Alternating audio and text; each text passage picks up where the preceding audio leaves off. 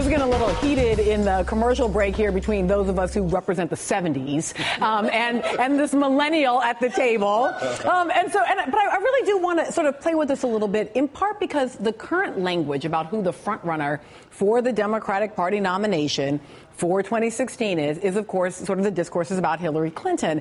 And my feeling, I like plenty of things about Hillary Clinton, but I keep thinking, whoa, now she's from the 90s, like she's from this other point. Could millennials, would they be excited about a Hillary Clinton who is basically a moderate, a centrist like President Obama, or would they want an Elizabeth Warren, right? In other words, is there room on the left to challenge a relatively centrist Clinton, because the millennials would be looking for something new? Yeah. But what happened with Hillary in 2008? Remember that Hillary, who had fought for women's rights, she got outflanked, absolutely. And women, young women, who were born in the 80s and the 90s, they didn't connect with her on that issue. So that gives me doubt about how they would connect with an Elizabeth Warren. When you think about millennials in terms of leadership and at the presidential level, Elizabeth Warren strikes me as much more of a millennial type of leader. I mean, her campaigns are like viral and use social media. She's actually fighting the fight around economic inequality. Right? Hillary has learned, but Elizabeth Warren came to that a little bit naturally. And again, I think ultimately for millennials, it's about authenticity.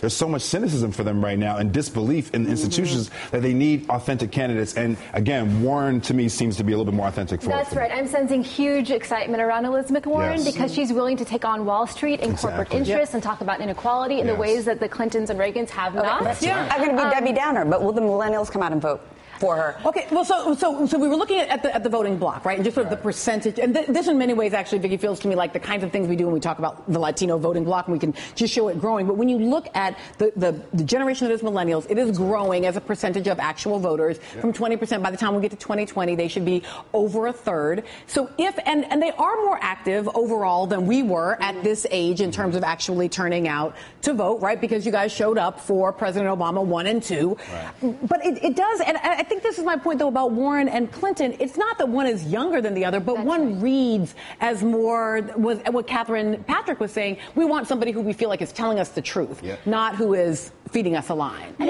It's about the content of the vision as well. Elizabeth Warren represents a vision that strikes a deeper chord among millennials. That said, millennials still may want someone who fights in a way that President Obama has not fought, and so there may be new interest behind Hillary Clinton for that reason. So I see either Elizabeth Warren or Hillary Clinton or opting out as the three possibilities. I just hope it's the first two. Love. That is the other thing. She's built that, though. Yeah, over decades, she has so much Latino support. Right. So in terms of millennials and Latinos, these are two rock stars in the party, and I think they've got a role to play. And I do think people are figuring out that Elizabeth Warren's message, while unabashedly progressive, resonates on Main Street as well.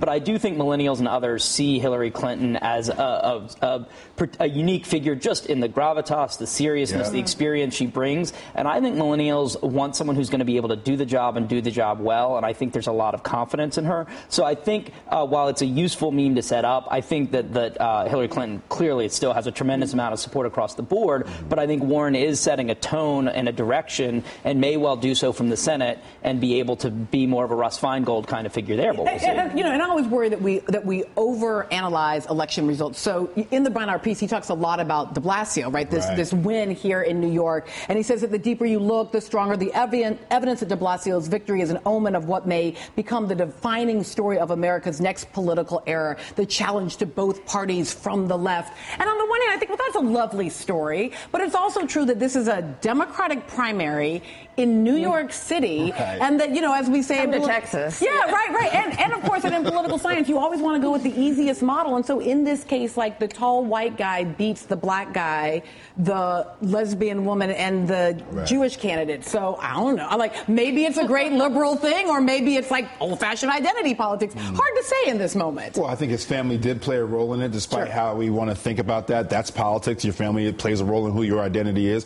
It worked very, very well for de Blasio. I do think that progressive politics won out here because that trumped race, sexual identity, identity in this particular primary. You think this is about progressivism over identity? At least the perception of it. At least the perception response, of it. because stop and frisk was a central component of this election, and I really think that Bloomberg overreached with stop and frisk, and this was a reaction to stop and frisk, regardless of who the person looked like phenotypically. And I think millennials will look to see whether de Blasio delivers on that, too, exactly right? And was this just a good rhetoric play in the primary, or are we going to see results, particularly on the economy, as well as stop and frisk? And I think this is going to go throughout both the midterm elections and the local elections as we go in that direction. In this crisis of jobs, the disappearance of the middle class, the disappearance of meaningful work, particularly for millennials, is not going away. And so I think that a party that puts that agenda out there, and I think Beinart's right that the greatest hits from the right of using othering to distract from that are